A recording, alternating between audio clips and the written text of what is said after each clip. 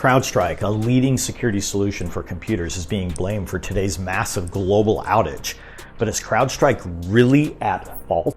Listen, let's not deflect blame. Instead, let's focus on who actually deployed and enabled these automated updates. But first, let's move beyond the Linux versus Microsoft versus Apple debate and address the real issue here of automation and responsibility. Second, let's reset. You've probably heard about or been affected by today's massive IT outage. It's a complete mess, and I truly feel sorry for those left behind to clean up this debacle. But let's go bigger. Who decided to enable the automated update feature? Listen, this is an unthinking bot doing exactly what it's told to do. Update your systems. Next, CrowdStrike deployed an update this Friday.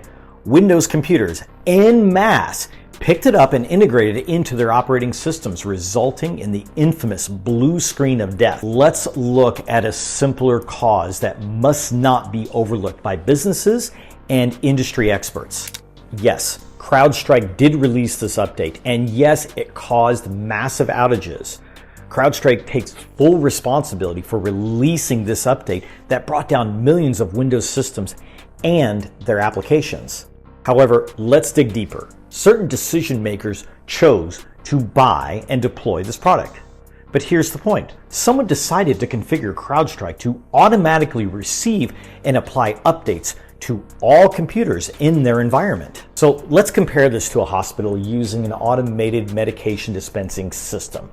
If a software update changes dosage settings, nurses relying on automation might not notice. This could lead to serious health complications or even fatalities. However, if the hospital had protocols for inspecting updates and nurses checked dosages before administering, errors like these could be reduced or even avoided. Similarly, IT professionals should inspect and test updates before deploying them widely. So why weren't these updates thoroughly inspected or tested before deployment? Company policy, laziness, budget cuts, overworked staff, resource constraints, lack of equipment, misguided vendor assurances. The point is these updates weren't reviewed or tested prior to deployment. Let's take a more comprehensive view of the scene. Let's be honest here. CrowdStrike isn't the only software application in your environment configured to automatically receive updates. Ultimately, businesses and IT professionals are fully responsible, not vendors, for what happens within the walls of their corporate systems, including all their applications and cloud environments.